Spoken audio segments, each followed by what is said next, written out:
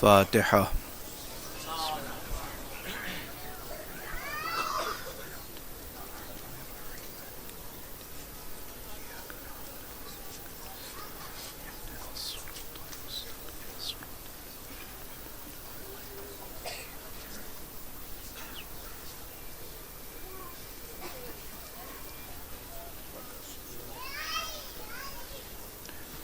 اعوذ باللہ من الشیطان الرجیم.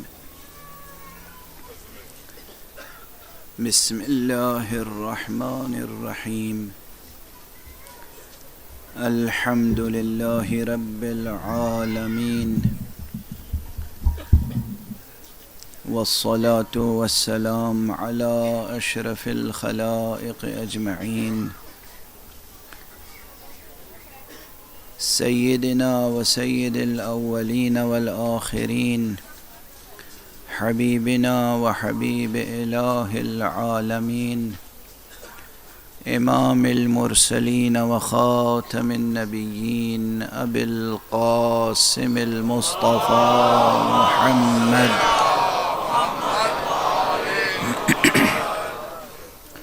وعلى اہل بیتہ الطیبین الطاہرین الہداة المہدیین المعصومین المظلومین واللعنة الدائمة على أعداء الدين أجمعين. أما بعد فقد قال الله تعالى عز اسمه في محكم كتابه ومتقن خطابه. بسم الله الرحمن الرحيم. من عمل صالحا من ذكر أو أنثى وهو مؤمن فلنحيينه حياة طيبة ولنجزينهم أجرهم بأحسن ما كانوا يعملون. صدق الله العلي العظيم.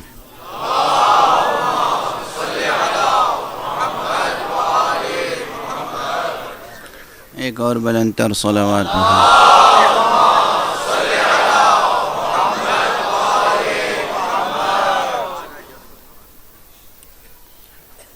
ایام عزا ہیں.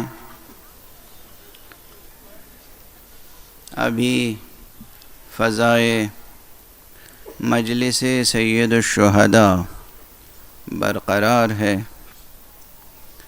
یہی ایام اور یہی فضا حقیقت حیات کو درک کرنے کے لیے بہترین موقع ہوتا ہے، بلکہ فصل زندگی کاٹنے کا یہی موسم ہے.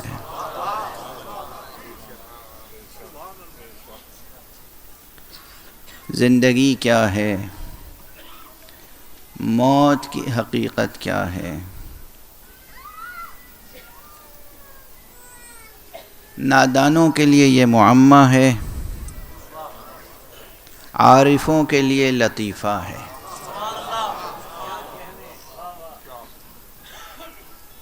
اس معنی میں لطیفہ نہیں ہے جس معنی میں آپ روزمرہ کی گفتگوؤں میں لطیفے سناتے ہیں. لطیفہ ہے، نکتہ ہے، لطف الہی ہے. زندگی لطف الہی ہے اور موت بھی لطف الہی ہے.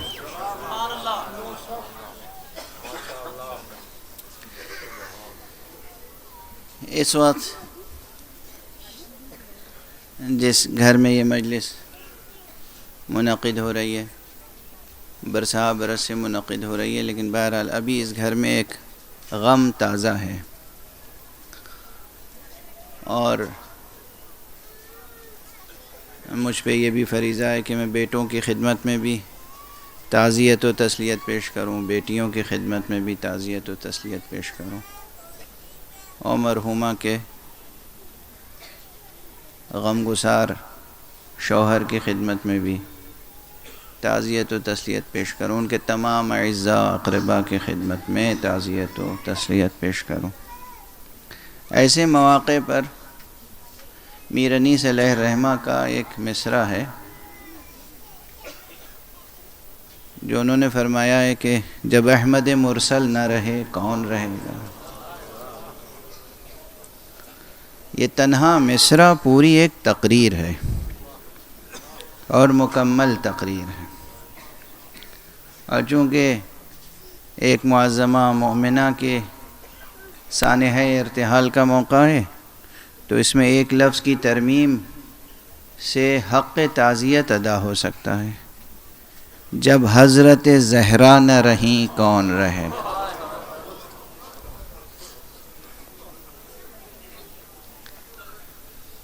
یہ دنیا اصلاً انسان کے ہمیشہ رہنے کے لیے بنائی نہیں گئی ہے، یہ ایک حقیقت ہے۔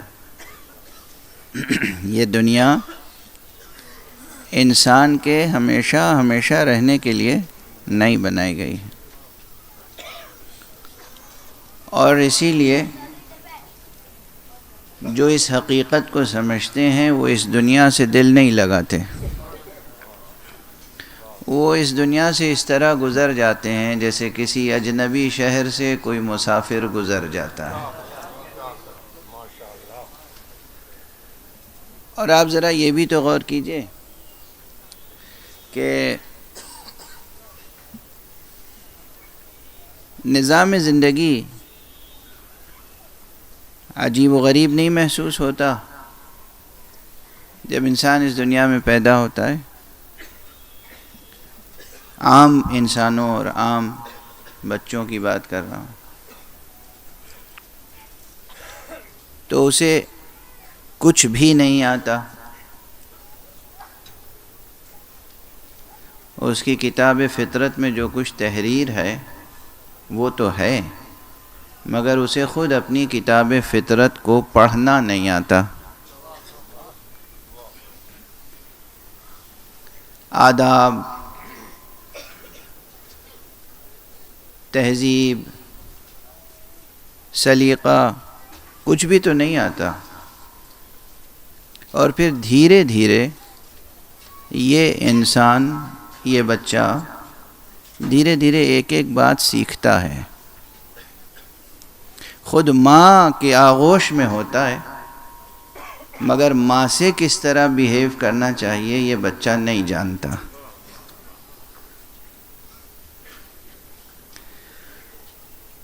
باپ کی آغوش میں ہوتا ہے، لیکن باپ کا احترام کس طرح کرنا چاہیے بچہ نہیں جانتا۔ دھیرے دھیرے یہ ماں باپ کی قدر سیکھتا ہے، عزیز اقربا، احباب، اصدقاء، اور اس کے بعد دھیرے دھیرے یعنی سیکھنے کا عمل جاری رہتا ہے۔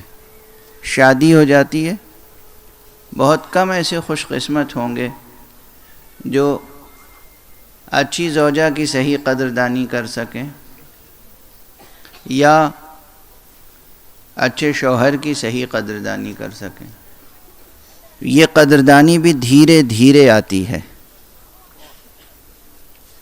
یعنی زن و شوہر کا رشتہ اور اس کی نزاکتیں دھیرے دھیرے آتی ہیں۔ اس کے بعد پھر اولاد سامنے آ جاتی ہے۔ پہلے خود کسی کی اولاد تھے، اب آپ کی آغوش میں اولاد آ جاتی ہے۔ پہلا بچہ جب پیدا ہوتا ہے تو سمجھ میں نہیں آتا کہ اس کو کس طریقے سے بیہیو کریں، پھر دھیرے دھیرے بچوں کے ساتھ بیہیو کرنا سیکھتا ہے آدمی۔ یہ سیکھنے کا عمل جاری رہتا ہے۔ جب زندگی ہر طرح سے بسر کرنے کا سلیقہ آ جاتا ہے تو موت آ جاتی ہے۔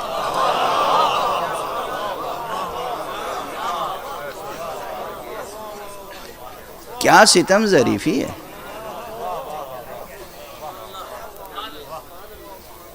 غور فرما رہے ہیں آپ؟ یہ زندگی اور موت کی کیا ستم ظریفی ہے جب اچھی طرح سے زندگی بسر کرنا آتا ہے تو موت آ جاتی ہے۔ اس کے معنی یہ ہے کہ دراصل یہاں بھیجا گیا ہے زندگی بسر کرنے کا ایک تجربہ کرنے کے لیے، زندگی تو کہیں اور بسر کرنی ہے۔ ایک صلوات پڑھ دیجئے محمد وآلہ۔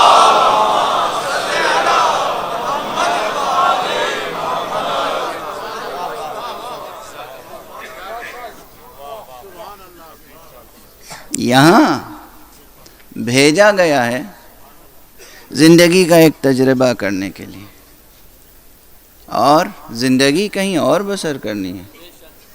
زندگی یہاں بسر نہیں کرنی ہے، یہاں امور دنیا کو سر کرنا ہے، زندگی کہیں اور بسر کرنا ہے۔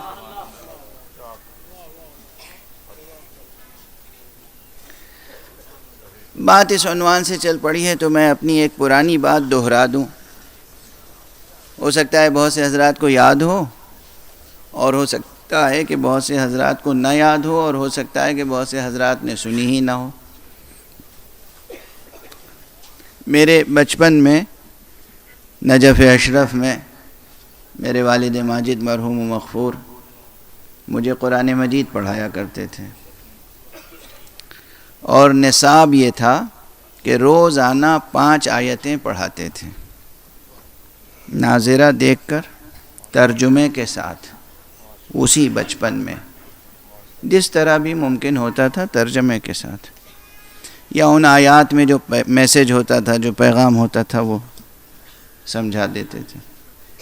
اور میرا وظیفہ یہ ہوتا تھا کہ وہ مجھے پڑھا کے صبح اور پھر اپنے درس پر چلے جاتے تھے، اور جب شام کو واپس آتے تھے تو وہ آیتیں میں انہیں فوراً گھر میں داخل ہوتے ہی دامن پکڑ کے دروازے پر ہی سنا دیتا تھا، اور ترجمہ بھی سنا دیتا تھا۔ جب وہ اس آیت پر پہنچے کل نفس ذائقۃ الموت، تو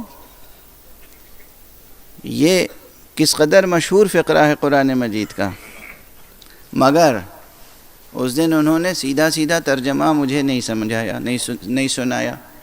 ایک مثال دی کہ دیکھو اس کے معنی کلو یعنی سب، نفسن یعنی ہر نفس، ذائقۃ الموت، ذائقہ اس میں تا تانیث ہے، ذائق اس میں فاعل ہے یعنی چکھنے والا، ذائقہ یعنی چکھنے والی،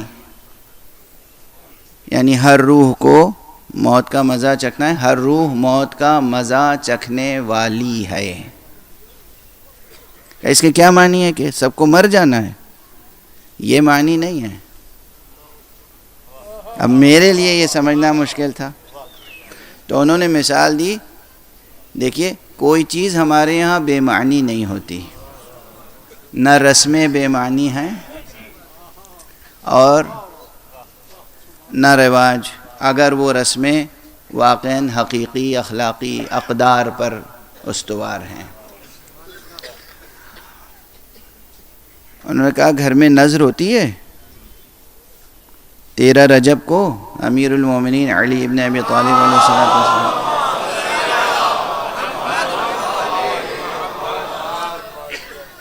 22 رجب کو حضرت امام جعفر صادق علیہ السلام،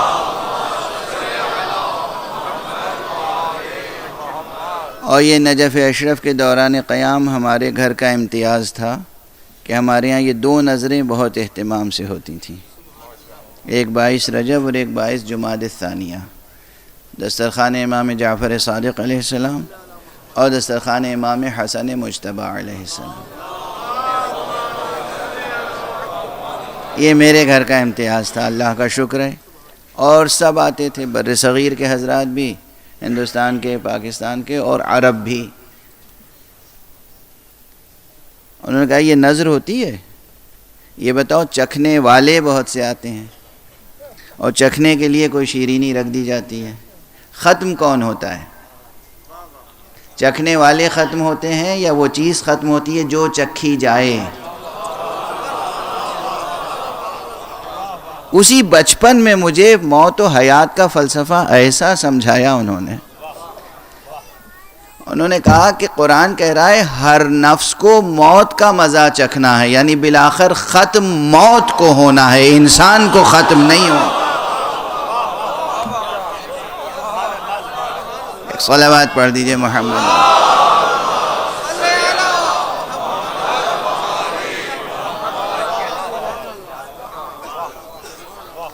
اچھا، یہ ایسا نہیں ہے کہ یہ صرف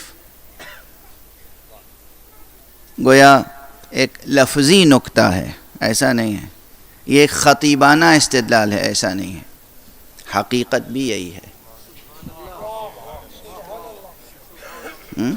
اب ذرا دل اور دماغ دونوں کو بیدار کر کے بیٹھیے گا۔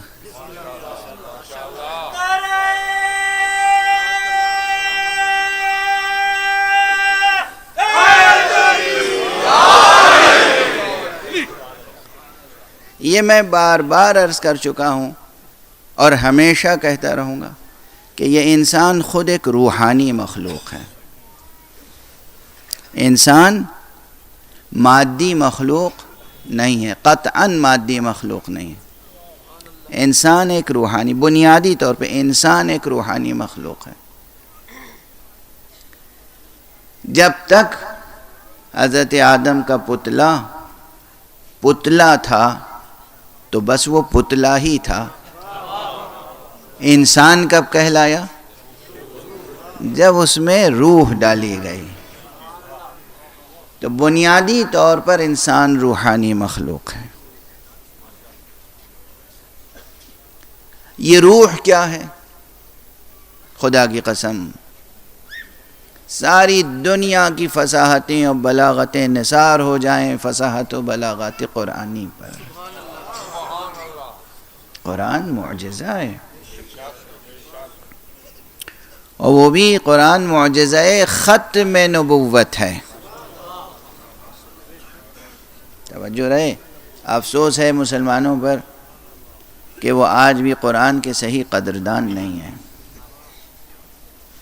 قرآن معجزہ ختم نبوت ہے، اور یہ سمجھ لیجئے کہ جس طریقے سے صلوات پڑھتے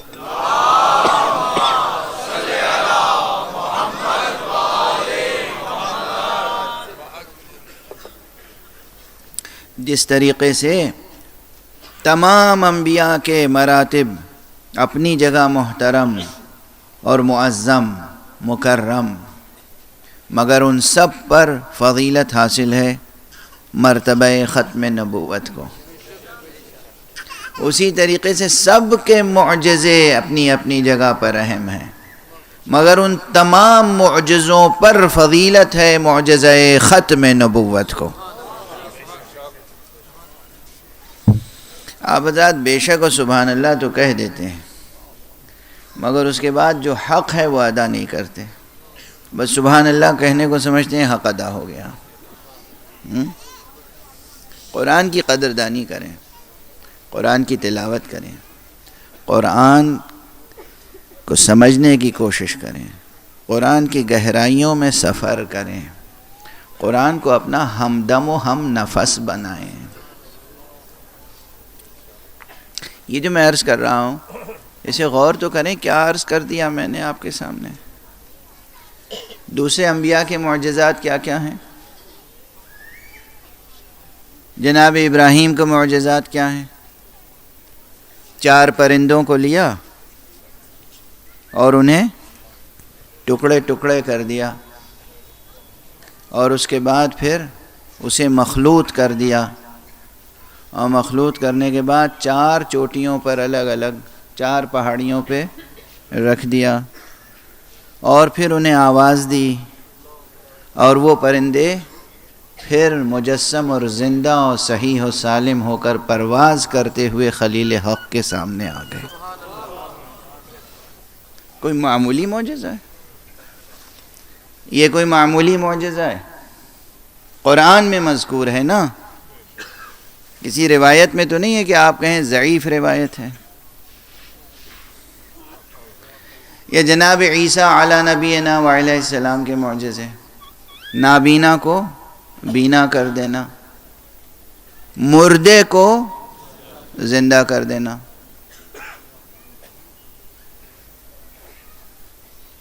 ان تمام معجزوں پر فضیلت رکھتا ہے معجزہ مقام ختم نبوت، یعنی یہ قرآن مجید، یہ قرآن عظیم، یہ قرآن حکیم، یہ قرآن کریم، یہ نور مبین، یہ کتاب مبین، یہ ذکر حکیم۔ خود اس قرآن مجید کے کتنے نام ہیں؟ اس قرآن مجید کے اتنے نام اس لیے ہیں کہ اس کے اندر اوصاف اتنے ہیں، آثار اتنے ہیں، آثار ہیں قرآن مجید کے۔ قرآن مجید سے وابستہ ہوں۔ اگر آپ ضبط کریں تو یہیں پر ایک ایسی روایت کا حوالہ دوں گا کہ جس کے بعد فوراً ظاہر ہے کہ مصائب کی طرف ذہن ملتفت ہو جاتا ہے۔ قرآن مجید کی پہلی ہی آیت بسم اللہ الرحمن الرحیم، اس میں کتنے آثار ہیں، اس کے کتنے آثار ہیں، صرف آیت بسم اللہ الرحمن الرحیم۔ بیماریوں کے لیے شفا اور مادہ کائنات میں تصرف کا اسم اعظم ہے بسم اللہ۔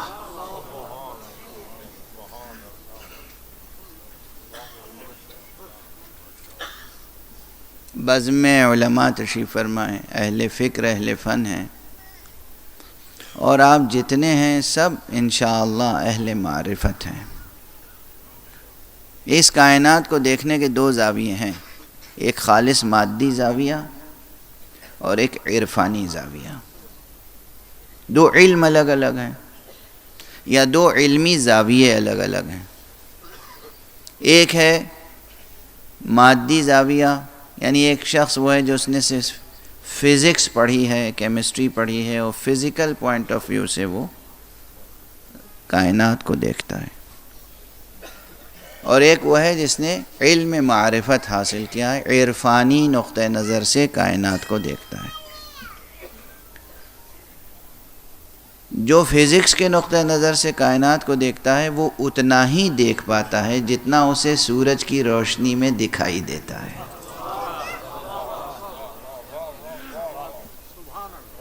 ایک بہت بڑی حقیقت ہے جو سادہ سے جملے میں نے عرض کر دی۔ جو اسٹوڈنٹس پیور سائنس کے، کور سائنسز کے، جو نیچرل سائنسز کے جو اسٹوڈنٹس ہیں، وہ بھی آپ کو ڈیفینیشن بیان کریں گے تو یہی کریں گے، فزیکل ورلڈ وہی ہے کہ جہاں تک سورج کی روشنی روشن کرتی ہے، لیکن ہمیں تو اس کی جستجو ہے جو سورج کو روشن کرتا ہے۔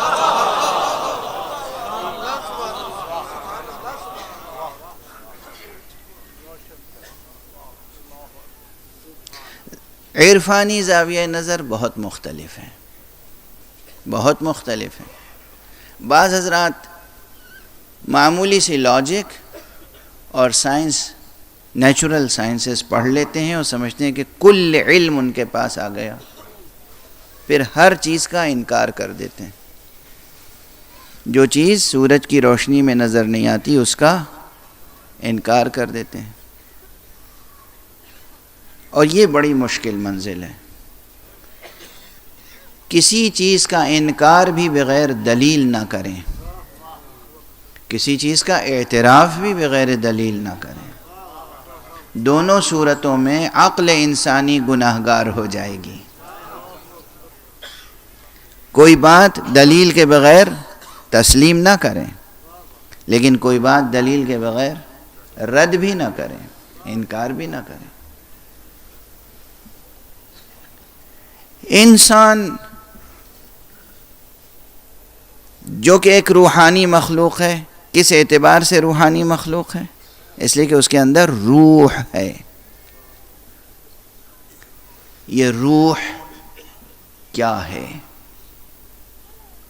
اس کی تعریف جس انداز سے قرآن مجید نے کی ہے۔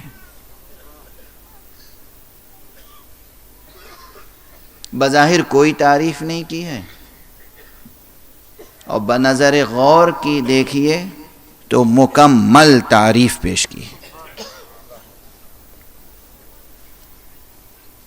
اب میں نے وہ روایت ابھی عمدن بیان کرنے سے گریز کیا ہے کہ جو فوراً مصائب کی طرف ذہن کو ملتفت کرتی ہے۔ پیغمبر اکرم صلی اللہ علیہ وآلہ وسلم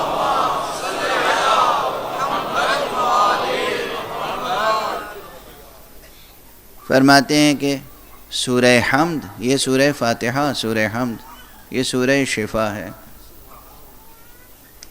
جو بھی بیماری ہو، چاہے وہ ذہنی ہو، نفسیاتی ہو، اخلاقی ہو یا جسم، ہر بیماری کے لیے سورہ فاتحہ، سورہ حمد سورہ شفا ہے۔ یہ کس کا ارشاد ہے؟ پیغمبر اکرم صلی اللہ علیہ وسلم۔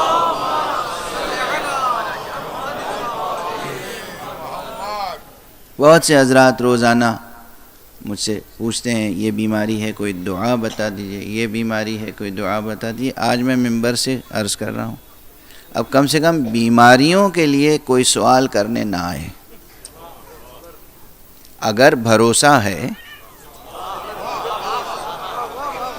اگر اعتبار ہے تو میں ممبر سے عرض کر رہا ہوں نا۔ آپ مجھے خطیب سمجھتے ہیں، آپ سمجھتے ہیں کہ آپ کا 1 گھنٹہ 1.5 گھنٹہ یہ ٹائم کل کرنے کے لیے میں ممبر پہ آتا ہوں۔ یہ سوء ظن ہے، آپ کو بدظنی ہے مجھ سے۔ میں ممبر سے وہ بات، اس سے پہلے یہ جملہ کہہ چکا، میں ممبر سے وہ بات عرض کرتا ہوں جو حضور حق روز محشر کہہ سکوں۔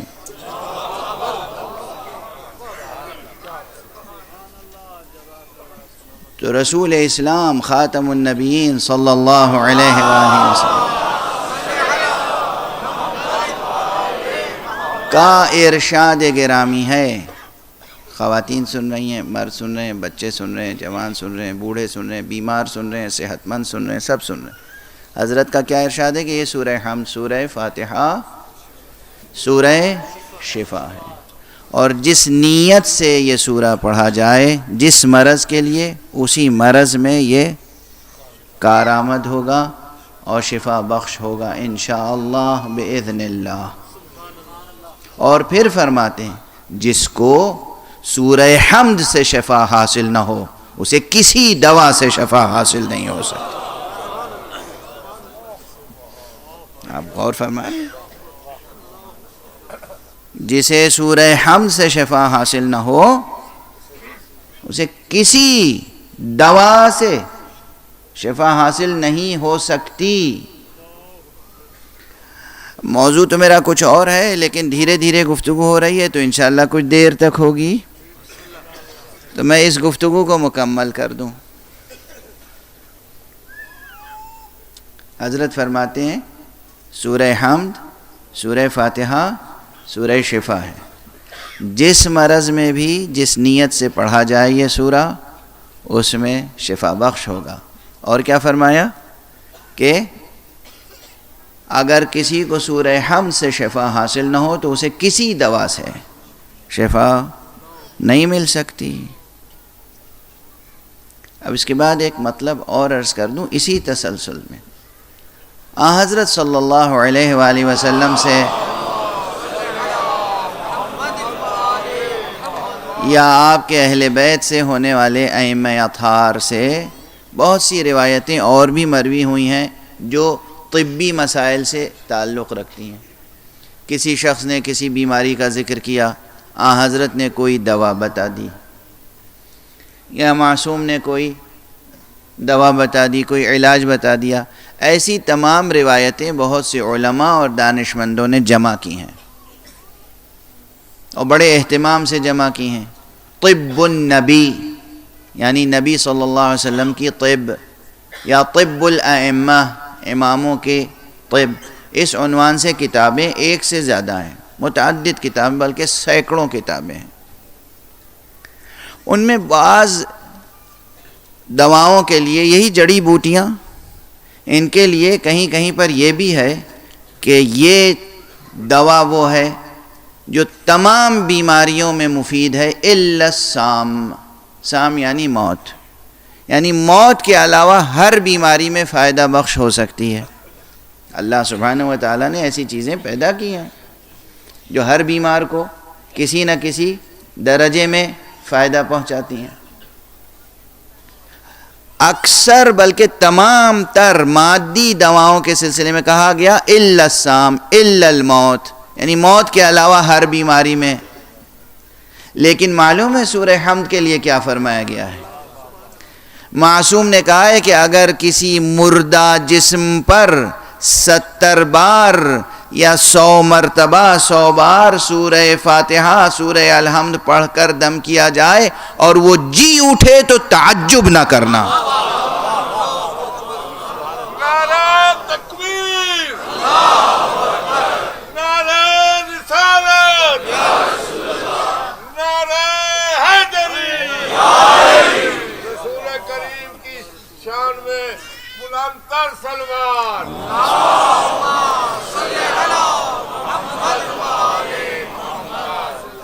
واضح ہے انشاءاللہ یہ معروضات، یہ گزارشات یاد رہیں گے آپ کو اور آپ اس سے فائدہ اٹھائیں گے. کوئی بھی بیماری ہو، معمولی سی بیماری ہو یا خطرناک بیماریاں ہوں، مزمن بیماریاں ہوں، کوئی بھی بیماری ہو، قرآن شفا ہے. سورہ مبارکہ فاتحہ سورہ حمد شفا ہے، اور سورہ حمد وہ سورہ ہے کہ جو موت کو زندگی سے بدل سکتا ہے. بہرحال اب یہ قرآن مجید بہت سے ذہنوں میں اٹھنے والے سوالات کا جواب تو یہیں مل گیا ہوگا. میں نے پہلے جناب ابراہیم کا واقعہ ذکر کیا کہ جناب ابراہیم نے 4 پرندوں کو لیا، انہیں ٹکڑے ٹکڑے کیا، 4 پہاڑیوں پہ تقسیم کیا، پھر آواز دی اور وہ صحیح و سالم ہو کر پرندے اڑتے ہوئے ان کی بارگاہ میں آ گئے، یعنی گویا مردہ زندہ ہوا. جناب عیسیٰ کا معجزہ قرآن مجید میں موجود ہے. اور پھر میں نے عرض کیا کہ جو تمام انبیاء کے معجزات ہیں ان تمام معجزات پر فضیلت رکھتا ہے معجزہ ختم نبوت، یعنی یہ قرآن. توجہ ہے؟ اور جب قرآن فضیلت رکھتا ہے ان تمام معجزوں پر تو اس کے معنی یہ ہے کہ اس قرآن ہی میں بعض وہ کلمات ہوں گے، بعض وہ اسماء ہوں گے، بعض وہ اسرار ہوں گے، بعض وہ سورے ہوں گے، بعض وہ آیتیں ہوں گی جو بیماروں کو شفا بخشتی ہوں گی، نابینا کو بینا کرتی ہوں گی، مردوں کو جلاتی ہوں گی. اور جب اس قرآن مجید میں یعنی ان الفاظ میں یہ تاثیر ہے تو جنہیں اللہ نے قرآن ناطق بنا کر بھیجا ہے کیا ان کے انفاس قدسیہ میں یہ تاثیر نہ ہوگی؟ اسی لیے ہم جب ذکر کرتے ہیں کہ کسی معصوم نے کسی مردے کو ٹھوکر مار دی اور جی اٹھا،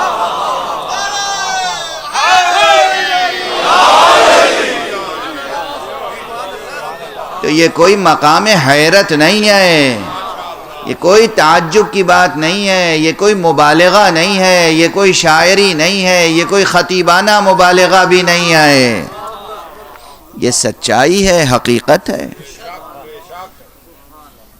معصوم کے انفاس قدسیہ میں یہ تاثیر ہوتی ہے.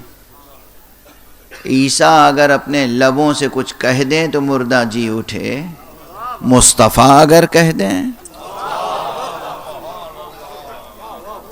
عیسیٰ اگر اپنے لبوں سے کچھ کہہ دیں اور کوئی جی اٹھے تو وہ ہستی جسے خود مصطفیٰ کہیں کہ اے علی تیری مثال میری امت میں عیسیٰ جیسی ہے.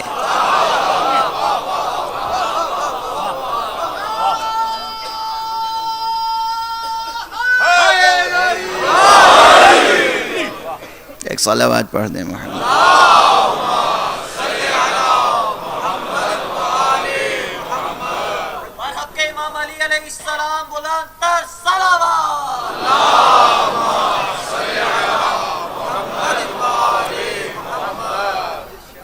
یہ حدیث نبوی ہے حضور اکرم صلی اللہ علیہ وآلہ وسلم نے ارشاد فرمایا ہے کہ اے علی، اور یہ تمام جلیل القدر محدثین نے نقل فرمایا ہے، حضرت امام احمد ابن حنبل نے نقل فرمایا ہے، فرماتے ہیں کہ اے علی، تیری مثال میری امت میں عیسی ابن مریم جیسی ہے، اور اس لیے میں تیرے فضائل نہیں پڑھتا، اس لیے میں تیرے فضائل بیان نہیں کرتا۔ کون کہہ رہا ہے؟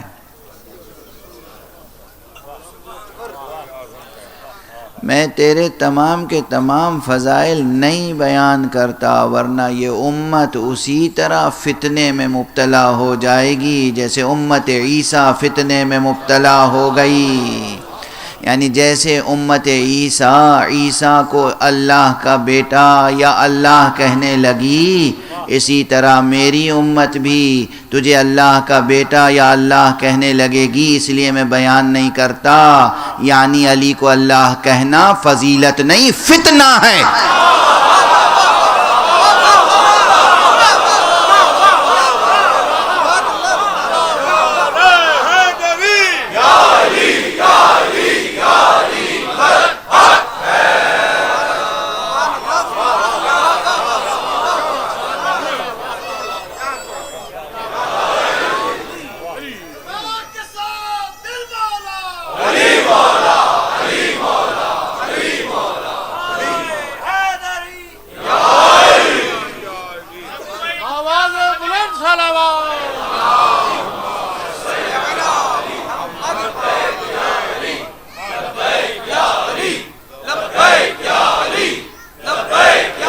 احسنتم لبیک یا علی۔ پروردگار آپ سب کو سرکار ولایت امیر المومنین علی ابن ابی طالب کے سچے چاہنے والوں اور سچے ماننے والوں میں قرار دے، اور پروردگار جو علی کے حق میں مقصر ہوں ان پر لعنت کر۔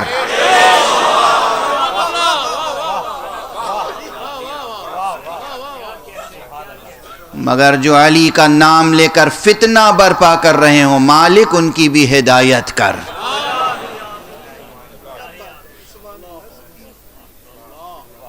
علی کو علی کہنا عبادت ہے، علی کو اللہ کہنا کفر ہے۔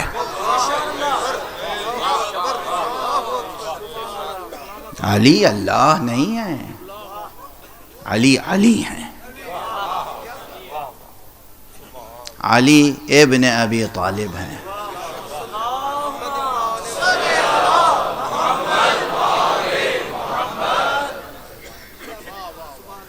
بہرحال گفتگو کہاں سے کہاں پہنچ گئی؟ عرض یہ کر رہا تھا کہ یہ قرآن معجزہ ہے، تمام نبیوں سے کے معجزات سے بڑھ کر یہ معجزہ ہے، مقام ختم نبوت کا معجزہ ہے، اور ہر اعتبار سے معجزہ ہے۔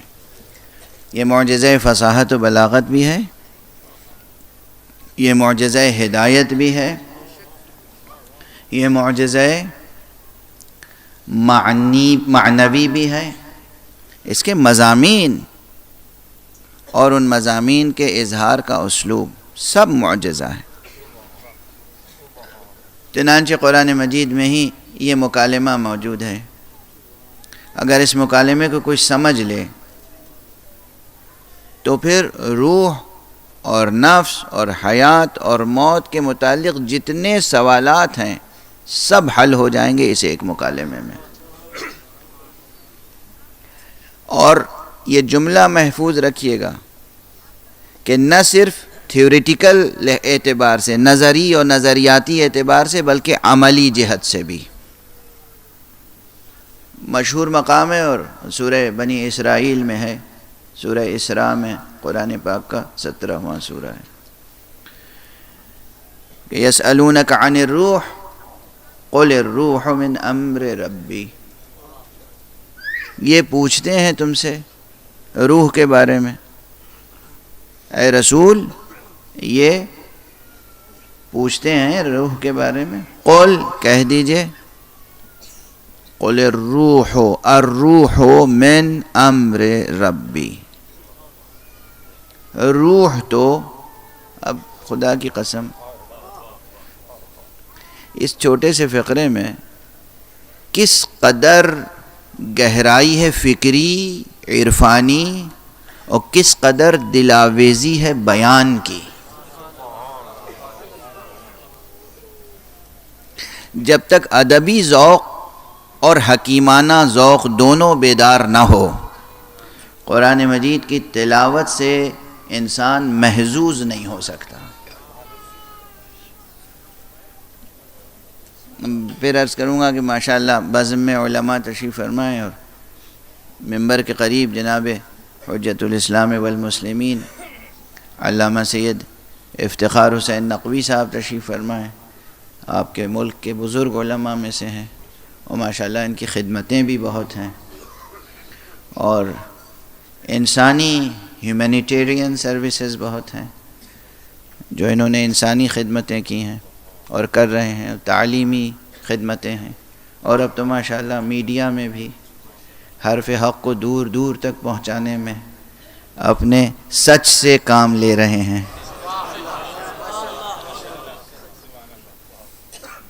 پروردگار ان کے دست و بازو کو مضبوط رکھے، آپ حضرات ان کے ساتھ تعاون فرمائیں. حالانکہ یہ دنیا وہ اس دور میں داخل ہو چکی ہے کہ جہاں نیکیوں پر عدم تعاون اور برائیوں پہ تعاون کا رواج ہو چکا ہے. ہاں، اس دور میں یہی ہے. قرآن مجید نے کہا ہے وَتَعَاوَنُوا عَلَى الْبِرِّ وَالتَّقْوَى وَلَا تَعَاوَنُوا عَلَى الْإِثْمِ وَالْعُدْوَانِ. دیکھو تم ایک دوسرے کا ساتھ دو، ایک دوسرے کے ساتھ ہم آہنگی اور ہمکاری سے کام لو، ایک دوسرے کے ساتھ تعاون کرو بر و تقوی کی راہ میں. بر یعنی نیکی، بر و تقوی. ولا تعاونوا، اور ہرگز تعاون نہ کرو، علی الاثم والعدوان، گناہ اور تجاوز، ظلم اور زیادتی اور تجاوز کی راہ میں تعاون نہ کرو. مگر آپ دیکھ رہے ہیں کہ دنیا میں ظلم و زیادتی اور تجاوز اور جنگ اور جدل اور فتنہ پروری کی راہ میں تعاون ہو رہا ہے، اور قیام امن کے لیے کوئی تعاون نہیں کرتا. بہرحال ہمیں اس مجمع سے یہ توقع ضرور ہے کہ یہ مجمع وہ ہے جو کسی اور نام پر نہیں آیا ہے، یہ نام حسین پر آیا ہے. نام حسین ابن علی پر جو قدم اٹھتے ہیں وہ ہمیشہ خیر کی راہ میں اٹھتے ہیں، تقوی کی راہ میں اٹھتے ہیں، امن کی راہ میں اٹھتے ہیں. پروردگار انہیں اپنی عافیت میں رکھے.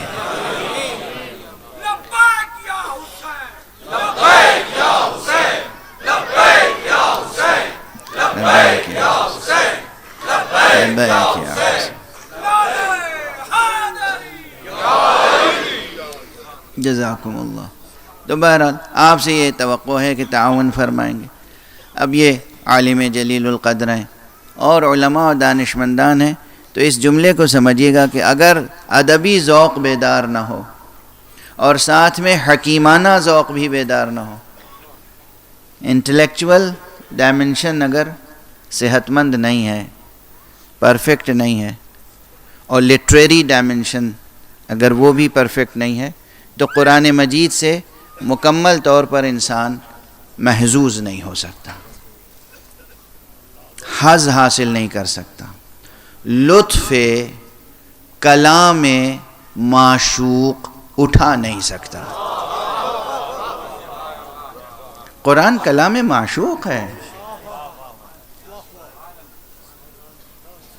معشوق علی الاطلاق وہی ہے، کائنات کے ذرے ذرے کو اس سے عشق ہے. ہمیں حسین سے عشق ہے، اور حسین کو جس سے عشق ہے وہ اللہ ہے. ہمیں علی سے عشق ہے، اور علی کو جس سے عشق ہے وہ اللہ ہے. ہمیں محمد سے عشق ہے، محمد کو جس سے عشق ہے وہ اللہ ہے.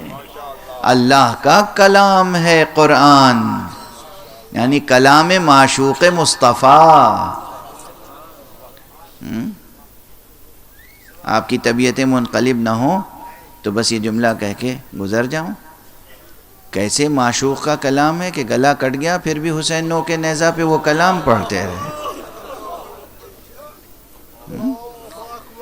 یہ سب فضائل کی باتیں، یہ سب مصائب کے واقعات آپ سنتے ہیں نا، اس میں ڈوب جایا کیجیے.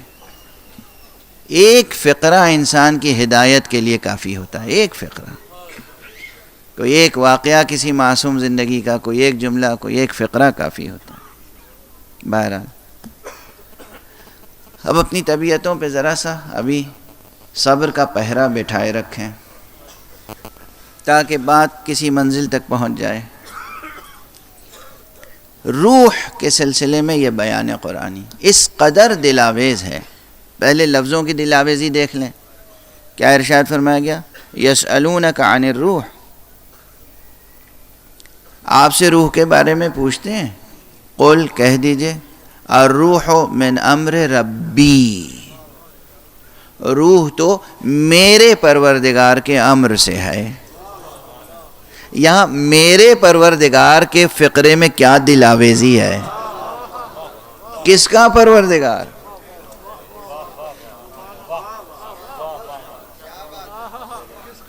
کس مقام پر کیا فقرہ ادا ہوا ہے؟ غور فرما رہے ہیں آپ؟ اللہ رب العالمین ہے. اللہ رب العالمین ہے. اللہ تمام کائنات کا خالق ہے اور تمام کائنات کا پرورش کرنے والا ہے. رب العالمین ہے، معبود علی الاطلاق ہے. لیکن اس مقام پر کہا یہ گیا کہ قل الروح من امر ربی. یہاں واحد متکلم کی ضمیر لائی گئی. کہہ دیجئے کہ یہ میرے پروردگار کے امر سے ہے. کیا دلاویزی ہے یہاں پر، اور کیا حکمتیں ہیں، کیا اسرار پوشیدہ ہیں یہاں پر. مصطفیٰ کی زبان سے یہاں پر ضمیر واحد متکلم کیوں لائی گئی؟ کس قدر غور طلب بات ہے. یہ کسی صرف ایک مومن کی روح کی بات تو ہو نہیں رہی تھی. توجہ ہو رہا ہے؟ یہ بنی ہاشم کے افراد کی روح کی بات تو تھی نہیں. یہ خاندان مصطفیٰ کی روح کی بات تو تھی نہیں. پوچھنے والے کون آئے تھے؟ کفار، مشرکین، یہود، نصارہ. پوچھنے والے انسان عام. وہ کہہ رہے ہیں روح کیا چیز ہے، اور سرکار ختمی مرتبہ سے کہا جا رہا ہے آپ کہہ دیجئے کہ یہ تو میرے پروردگار کے امر سے ہے. اللہ اکبر، اللہ اکبر. اگر یہیں سمجھ جائے اہل قرآن، امت قرآن، وہ امت جو جناب مصطفیٰ پر ایمان لائی ہے، اگر یہ سمجھ جائے کہ روح تو مصطفیٰ کے رب کے امر سے ہے تو یہ امت کبھی مر نہیں سکتی. یہ امت کبھی موت سے ڈر نہیں سکتی. عجب مقام ہے. قل الروح من امر ربی. میرے پروردگار کے امر سے ہے یہ روح. ابھی یہاں بہت دل آویزیاں ہیں، لیکن اب ہم اس امر پہ آ جائیں کہ امر کیا ہے. قل الروح من امر ربی. امر سے مراد کیا ہے؟ روح امر حق سے ہے. امر سے کیا مراد ہے؟ امر کے کتنے معنی ہیں؟ اب یہ بالکل اصول فقہ کا چیپٹر کھل جائے گا. لفظ امر، الف میم رے یا حمزہ میم رے، اس کے کتنے معنی ہیں عربی میں؟ کن کن معنی میں استعمال ہوتا ہے؟ اصلی معنی کیا ہیں؟ حقیقی معنی کیا ہیں؟ مجازی معنی کیا ہیں؟ اس آیت میں کون سے معنی مراد ہیں؟ غور فرما رہے ہیں آپ؟ اتنی تیزی سے میں نے یہ بتا دیا تاکہ جو ریسرچ کا مزاج رکھتے ہیں وہ ریسرچ کریں. امر کبھی تو فعل امر کو کہتے ہیں، جو حکم دیا جائے. حکم جو دیتا ہے کوئی آمر، کوئی صاحب اقتدار، کوئی جو بلند رتبہ ہو، وہ اپنے سے کمتر رتبے والے کو جو حکم دیتا ہے اسے کہتے ہیں امر۔ اس امر کی جمع ہے اوامر۔ جو حکم کوئی بڑا صاحب اقتدار، صاحب اختیار، صاحب اقتدار، صاحب اختیار اپنے ماتحت کے لوگوں کو جو حکم دیتا ہے اسے کہتے ہیں امر۔ چنانچہ اللہ سبحانہ و تعالی جو کہ صاحب اختیار ہے علی الاطلاق، سب پر اختیار رکھتا ہے، صاحب اقتدار ہے علی الاطلاق، تو وہ جو حکم دیتا ہے اس کا ہر حکم امر کہلاتا ہے۔ قرآن مجید میں تلاش کیا جاتا ہے کہ بھئی یہ چیز دین میں داخل ہے یا داخل نہیں ہے۔ کسی بھی چیز کے لیے اگر تلاش کرنا ہو کہ یہ دین میں ہے یا دین میں نہیں ہے، تو دین میں تو وہی چیز ہو سکتی ہے داخل جس کا اللہ نے امر کیا ہو، ٹھیک ہے نا؟ دین میں ہماری خواہش سے کوئی چیز داخل نہیں ہو سکتی، ہماری پسند سے کوئی چیز داخل نہیں ہو سکتی، کوئی بھی چیز ہو، اچھی ہو یا اچھی نہ ہو۔ عام طور پہ لوگ اچھی ہی چیز تو دین میں داخل کرتے ہیں۔ ایسا کون بدبخت اور بدذوق ہوگا جو کسی بری چیز کو دین میں داخل کرے؟ اچھی ہی چیز کو دین میں داخل کیا جاتا ہے۔ فرض کیجئے کوئی مستحب نماز ہے، مگر یہ مستحب نماز اگر جماعت سے نہیں پڑھی جاتی اور کوئی کہے امر کے طور پر کہ جماعت سے پڑھو،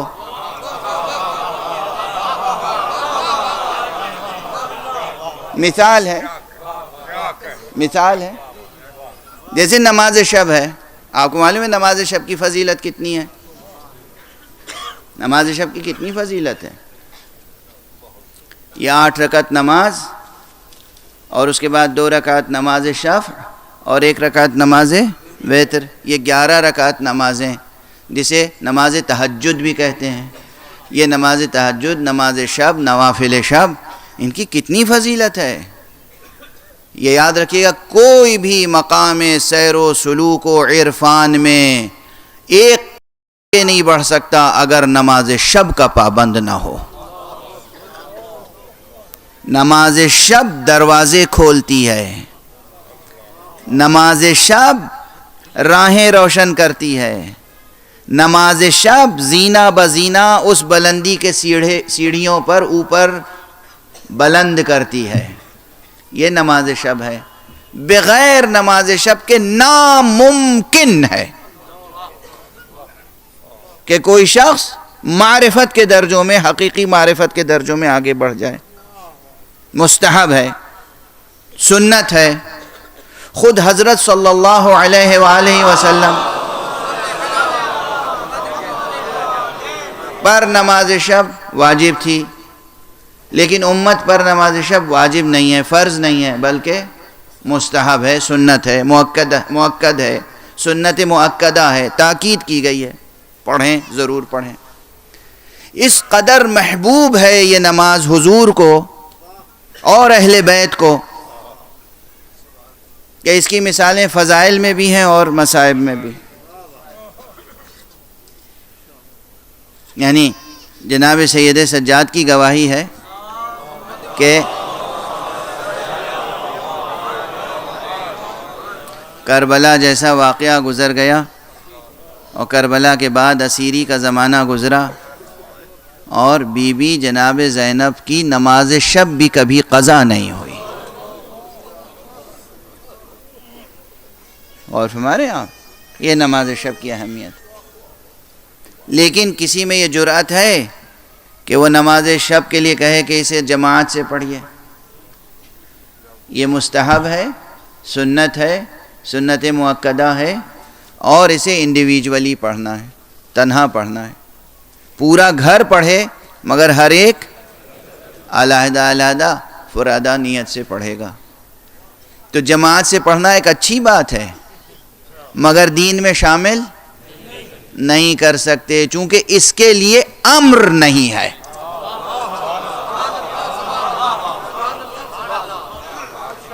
یہ معیار لے کے جائیے گا۔ اور ہر چیز پر اس کو منطبق کیجیے گا. جس چیز کو بھی آپ دین میں داخل کریں، یہ سوچ لیجیے گا دین میں وہ چیز داخل ہوگی جو اللہ کا امر ہو. نماز، اقیموا الصلاۃ، اقیمو کیا ہے؟ صیغہ امر ہے. درست بیان کر رہا ہوں. اقیمو صیغہ امر ہے، نماز قائم کرو. آتوا الزکات، زکات دو، صیغہ امر ہے. اب صیغہ امر کے بھی مختلف انداز سے ظاہر زبان میں اسالیب ہوتے ہیں. کبھی کبھی جملہ خبریہ ہوتا ہے جس سے امر ثابت ہوتا ہے. کتب علیکم الصیام یا ایھا الذین آمنوا کتب علیکم الصیام کما کتب علی الذین من قبلکم لعلکم تتقون. یہ جملہ جو ہے جملہ خبریہ ہے مگر مفید امر ہے. اب یہ ٹیکنیکل بحثیں ہیں اصول فقہ کی اور گرامر کی اور قانون کے گرامر کی. ایک ہوتی ہے زبان کی گرامر، ایک ہوتی ہے قانون کی گرامر. زبان کی گرامر جو ہے وہ نحو کہلاتی ہے اور قانون کی گرامر جو ہے وہ جورسپروڈنس کہلاتی ہے. جج صاحب بھی سامنے تشریف فرما ہے، جسٹس صاحبان بھی تشریف فرما ہے. تو اللہ سبحانہ و تعالی چونکہ مطلق اختیار رکھتا ہے، خالق ہے، سب سے بلند ہے، سب پر اقتدار رکھتا ہے، تو جو وہ حکم دے وہ امر ہے. اور اس امر کی جمع کیا ہے؟ اوامر. اور کبھی کسی شے کو امر کہتے ہیں، حکم نہیں ہے اس میں، کوئی شے ہے. جیسے آپ تشریف لائیں، میں کہوں کہ فرمائیے کیا امر ہے، کس امر میں آپ تشریف لائے ہیں، کس امر کے لیے تشریف. اس کے یہ معنی نہیں ہے کہ حکم کیا ہے، یعنی کیا کام ہے. یا کسی شے کو بھی امر کہتے ہیں. اس امر کی جمع ہے امور، اس امر کی جمع ہے اوامر، اس امر کی جمع ہے امور. غور فرما رہے ہیں؟ اب روح کے لیے جو امر استعمال ہوا ہے یہ کس معنی میں استعمال ہوا؟ قل الروح من امر ربی، کہہ دیجئے کہ روح تو میرے پروردگار کے امر سے ہے. قیامت ہے، قیامت ہے یہ آیت، غوغا ہے، قیامت ہے، بے پناہ ہے یہ آیت. اس ایک آیت کو سمجھنے کے لیے اور اسے واضح کرنے کے لیے بہت وقت چاہیے. ایک صلوات پڑھیے محمد والے.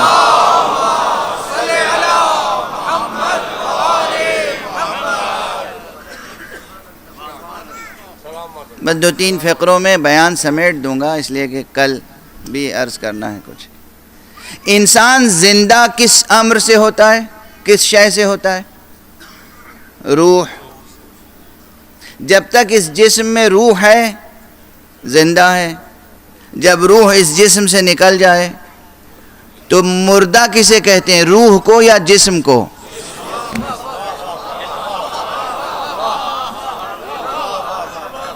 پروردگار آپ کی ذہانتوں میں اور برکت عطا فرمائے.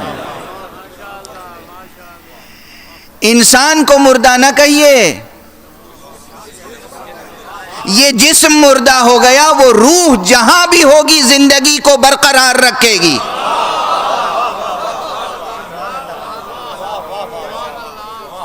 روح کی، جسم کی بنا پر روح زندہ نہیں تھی، روح کی بنا پر جسم زندہ تھا. اب اگر کوئی چیز مر گئی ہے تو وہ یہ جسم ہے، یہ جسم مردہ ہو گیا. جس جسم کو لے جا کر سپرد خاک کر دیا وہ روح مردہ نہیں ہوئی ہے. جسم تھا تو روح کی کارکردگی محدود تھی.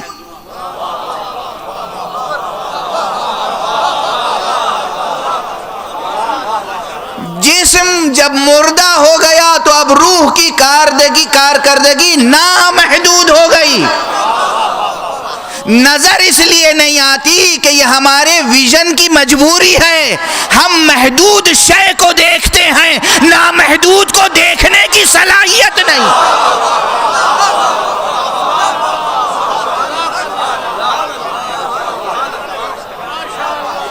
صلوات پڑھیے محمد و آل محمد.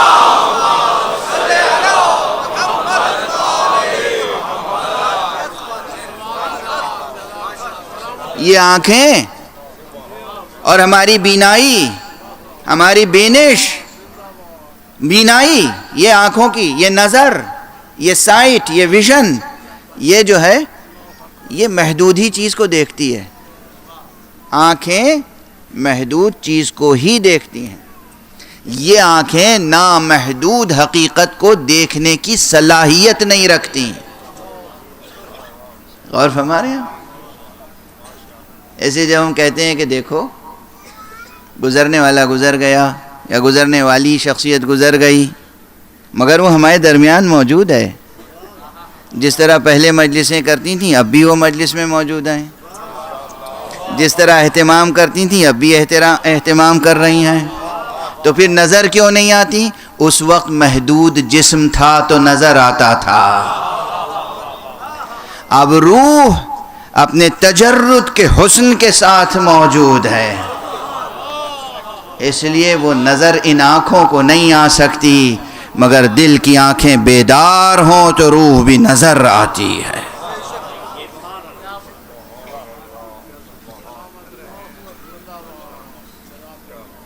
مطالب بہت ہیں, بس آج یہ تمہید تھی. ابھی تو اس آیت کا ترجمہ نہیں کیا جسے میں نے سرنامہ کلام قرار دیا ہے. اب یہ صرف تمہید تھی, لیکن بہرحال یہ مطالب خدا کا شکر ہے کہ آپ حضرات تک منتقل ہوئے. حضرت سے فرمایا گیا کہہ دیجئے کہ روح تو میرے پروردگار کے امر سے ہے.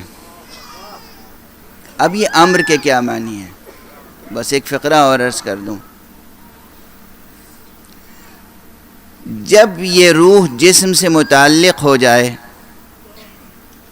تو یہ تعلق ایک شے ہے, تعلق ایک حقیقت ہے. اس تعلق کو اس معنی میں امر کہیں گے جس کی جمع ہے امور.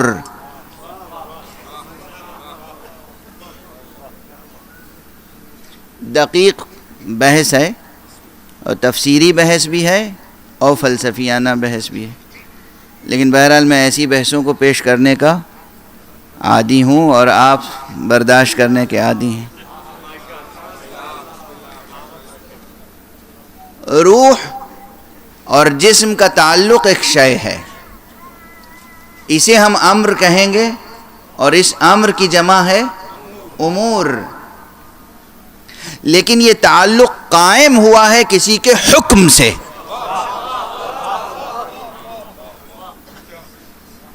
وہ حکم ہے میرے مصطفیٰ کے رب کا.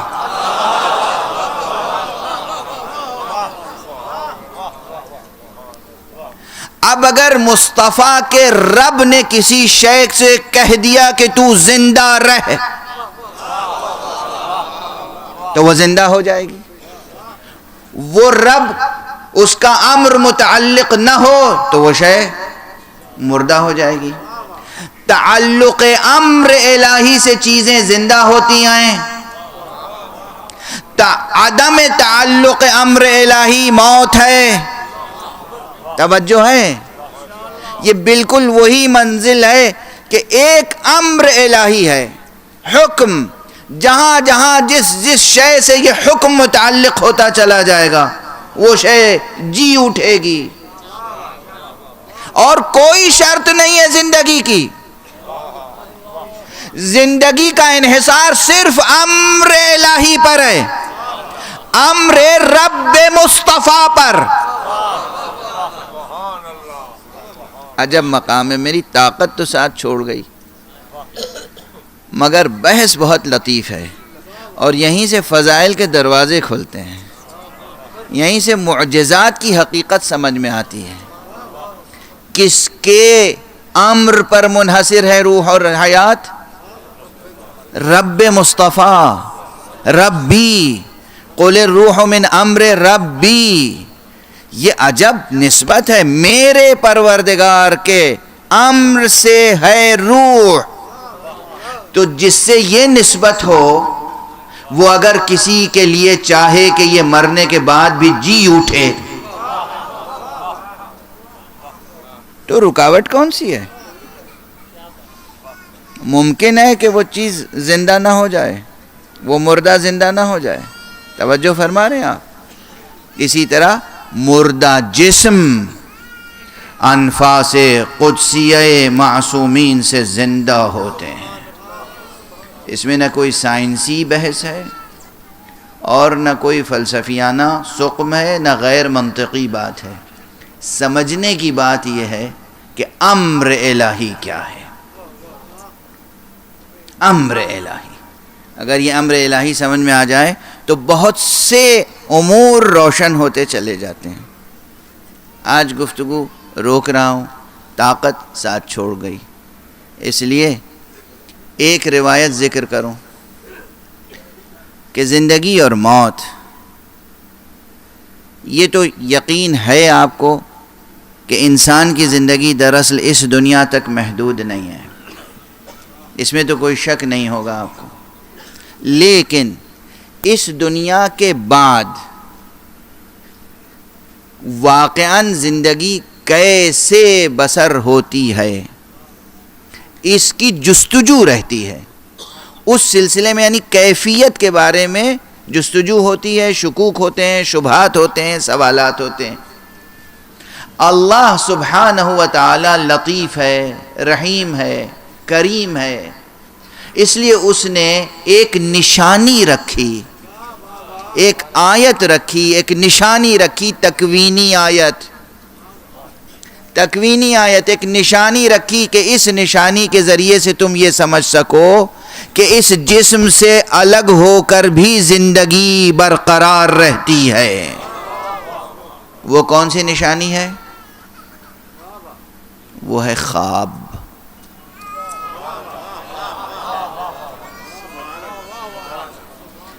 آپ بتائیے، میں ایک سوال کر رہا ہوں، خواب کس سائنٹسٹ کی ایجاد ہے؟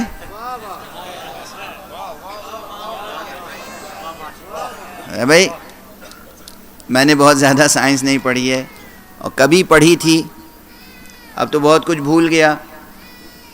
مگر ایک سوال ہے، ذرا جا کے دیکھیے گا، انسائکلوپیڈیا میں سرچ کیجئے گا، گوگل کر کے دیکھیے گا کہ خواب کا موجد، انوینشن کس سائنسدان نے کیا؟ تو آپ کہیں گے کسی سائنسدان نے نہیں کیا. لیکن خواب تو آپ سب دیکھتے ہیں. یہ خواب جو دیکھتے ہیں یہ کسی امر کے لیے خواب دیکھتے ہیں. یہ نشانی ہے، یہ اس بات کی نشانی ہے کہ آپ سمجھتے ہیں کہ یہ مادی جسم، یہ آنکھیں دیکھتی ہیں، یہ کان سنتا ہے، نہ یہ کان سنتا ہے، نہ یہ آنکھیں دیکھتی ہیں، نہ یہ زبان بولتی ہے. خواب میں کبھی آپ نے کسی کو دیکھا ہے، اس کی بات سنی ہے، خود اس کو کوئی جواب دیا ہے؟ جواب بھی دیتے ہیں، سنتے بھی ہیں، دیکھتے بھی ہیں، کبھی کھاتے بھی ہیں، چکھتے بھی ہیں، مزہ بھی یاد رہتا ہے، لہجہ یاد رہتا ہے، آواز یاد رہتی ہے، سب کچھ یاد رہتا ہے، مگر منہ بند کا بند رہتا ہے، آنکھیں بند کی بند رہتی ہیں، کان بند کے بند رہتے ہیں، بستر پہ پڑے سوتے رہتے ہیں، اٹھ کے کہتے ہیں جنت کی نعمتیں کھا کے آ رہا ہوں.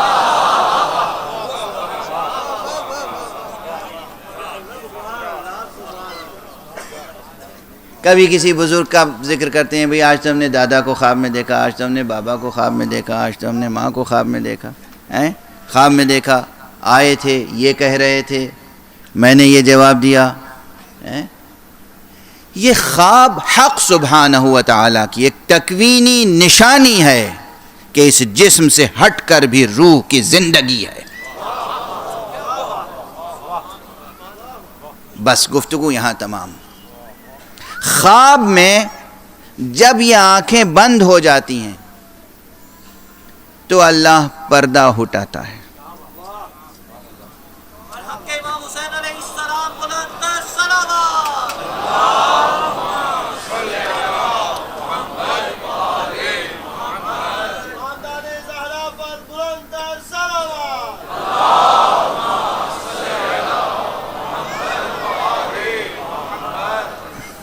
خواب میں آنکھیں بند ہو جاتی ہیں تو آنکھوں کے سامنے سے باطنی چشم باطن کے سامنے سے حق سبحانہ و تعالیٰ پردے ہٹا دیتا ہے، اٹھا دیتا ہے حجابات.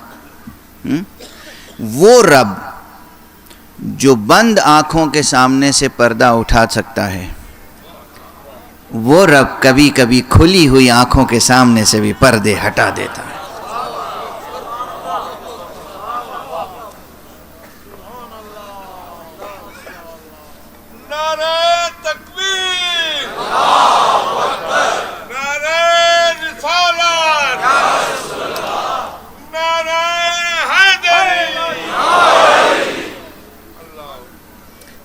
آنکھیں کھلی ہوئی ہیں، جو چیزیں ان آنکھوں سے نظر نہیں آتی وہ ہماری آنکھوں کی مجبوری ہے کہ دیکھ نہیں سکتی، اس کی مجبوری نہیں ہے کہ دکھا نہیں سکتا.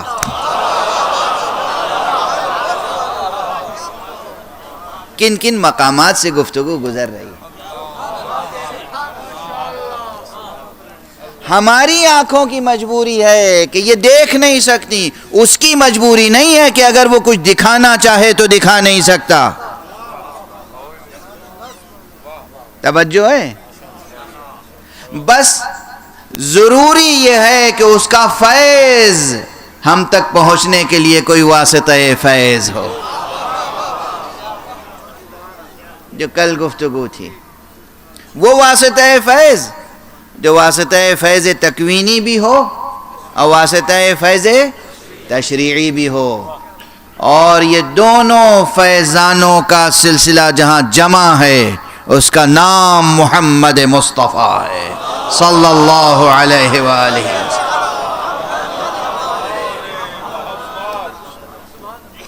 مصطفیٰ اور نفس مصطفیٰ علی ابن ابی طالب.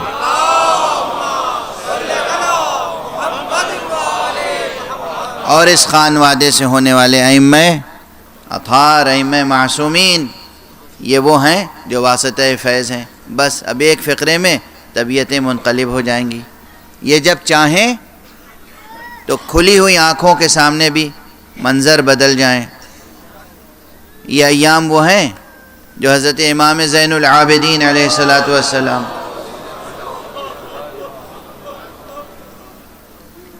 کی شہادت اور ان کے مصائب کے ایام ہیں. حقیقتاً ان کے مصائب کے ایام ہیں. 10 محرم کے بعد سے ہمارے امام پر مصیبتوں پہ مصیبتیں پڑیں بطور خاص. چنانچہ یہ روایت امام زین العابدین علیہ السلام سے مروی ہے. آپ فرماتے ہیں کہ شب عاشور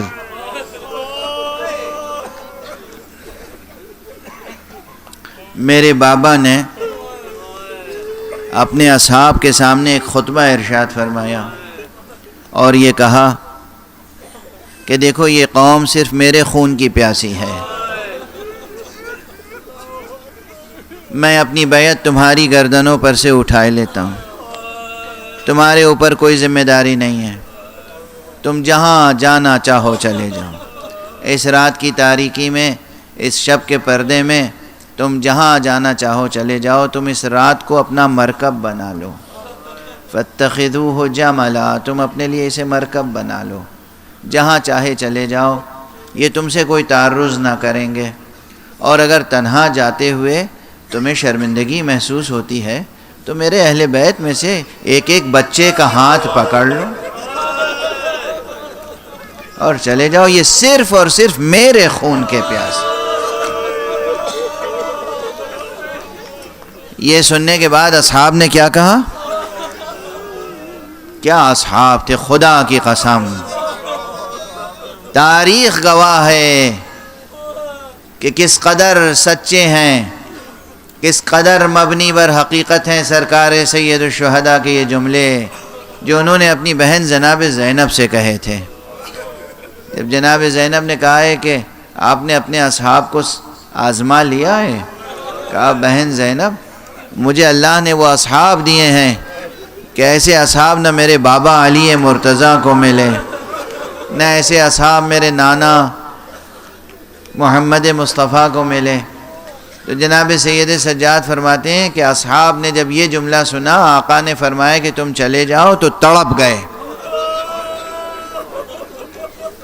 اور سب سے پہلے اصحاب میں سب سے پہلے حضرت ابو الفضل العباس بلند، آقا ابا عبداللہ فرزند رسول، آپ کو چھوڑ کر ہم چلے جائیں.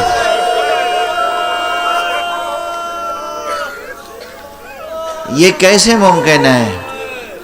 یہ کیسے ممکن ہے کہ ہم آپ کو چھوڑ کر چلے جائیں؟ آپ کے بعد اس زندگی پر خاک، آپ کے بعد ہم جینے کے لیے باقی رہ جائیں. ایک پرجوش تقریر کی ہے جناب ابو الفضل العباس نے، جس کا ہر جملہ علم اور معرفت اور جوش اور جذبے اور شجاعت سے لبریز ہے. اس کے بعد اصحاب میں حضرت زہیرقین کھڑے ہوئے اور جناب زہیرقین نے کہا کہ یا ابا عبداللہ، آپ کو معلوم ہے جناب زہیرقین ہمیشہ سے اصحاب امام میں شامل نہیں تھے، یہ بہت بعد میں شامل ہوئے ہیں. جناب زہیرقین کے یہ جملے ہیں کہ یا ابا عبداللہ، اگر مجھے قتل کیا جائے آپ کی محبت میں، اور پھر زندہ کیا جائے، اور پھر قتل کیا جائے، اور پھر زندہ کیا جائے، اور 70 مرتبہ مجھے قتل کیا جائے اور زندہ کیا جائے، پھر بھی آپ کو چھوڑ کر نہیں جاؤں.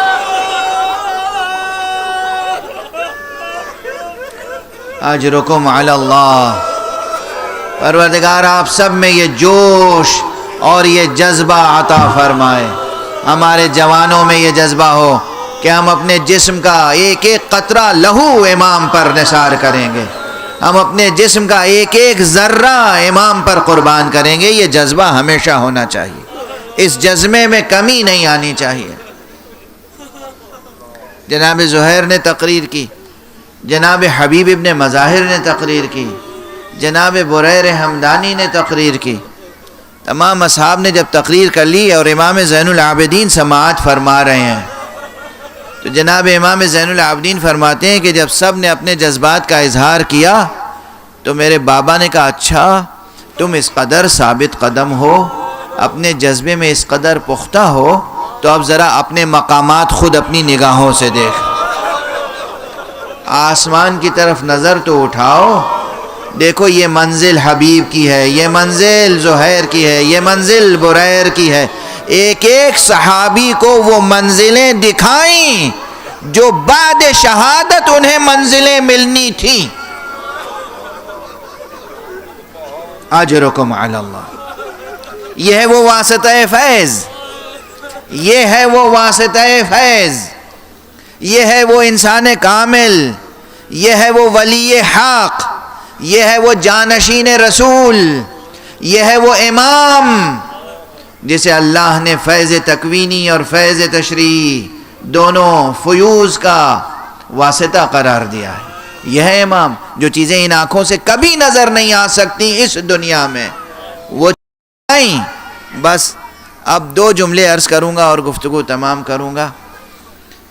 یہ تو امام کی کیفیت تھی اور اصحاب سے گفتگو تھی کہ اصحاب کی آزمائش کے بعد اصحاب کو بعد میں انہیں ملنے والے مقامات و منازل کی سیر کرا دی. بس ایک جملہ کہوں گا اور آپ دیر تک روتے رہیں گے. کچھ گفتگویں وہ ہیں جو آقا نے سر قلم ہو جانے کے بعد کی ہیں.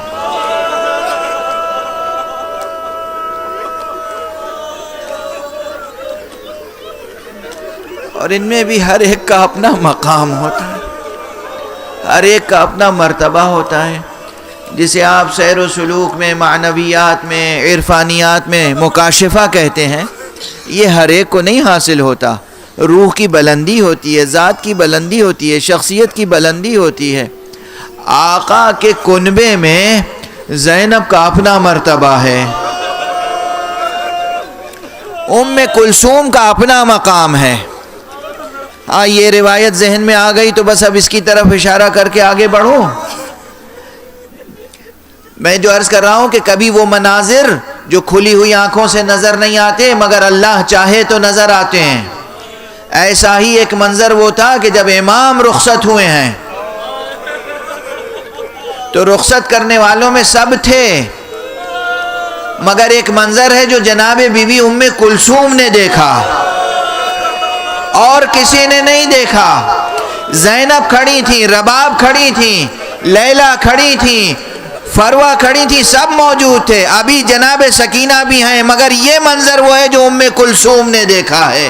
جناب بی بی ام کلثوم کہتی ہیں کہ جب میرے بھائی، جب ابو عبداللہ الحسین ہم سب کو رخصت کر کے میدان کی طرف گئے ہیں، کچھ ہی دور گئے تھے کہ جیسے معلوم ہوا میری آنکھوں سے پردہ ہٹ گیا ہو۔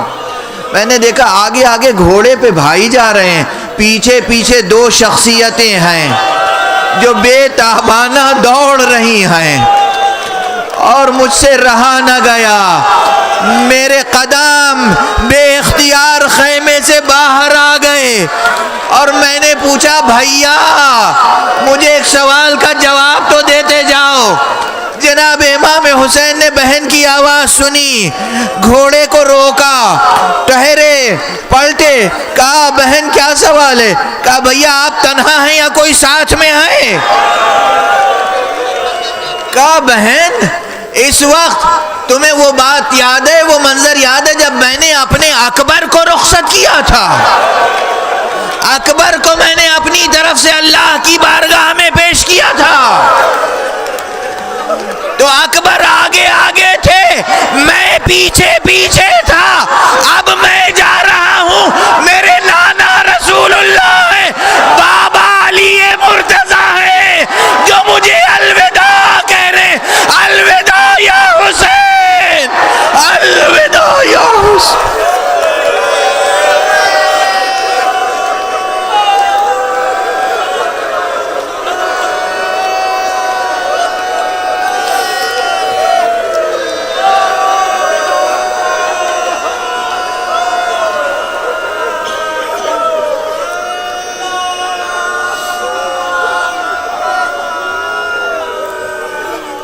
اِنَّا لِلَّهِ وَإِنَّا إِلَيْهِ رَاجِعُونَ رِضًا بِقَضَائِهِ وَتَسْلِيمًا لِأَمْرِهِ۔ پروردگار معبود ہمیں علوم قرآن اور معارف اہل بیت سے آشنا فرما۔ پروردگار ہمیں ولایت اہل بیت مصطفیٰ پہ زندگی عطا کر اور انہی کی ولایت پر موت عطا کر۔ پروردگار ہماری ان مجلسوں کو قبول فرما، اس عبادت عزا کو قبول فرما۔ پروردگار اس مجلس کو بطور خاص مرحومہ سیدہ فوزیہ حیدر زیدی کی جانب سے قبول فرما، اس مجلس کا ثواب ان کی روح کو ایصال فرما۔ پروردگار تمام مؤمنین و مؤمنات کے ایمان میں استحکام عطا فرما۔ پروردگار ہمیں جذبہ عمل سے سرشار فرما۔ پروردگار تمام عاشقان اہل بیت کی توفیقات میں اضافہ فرما۔ معبود ہمارے ولی عصر کو اذن ظہور عطا فرما اور ان کے ہاتھوں سے اپنی رحمت و رافت و عدالت کا پرچم لہرا۔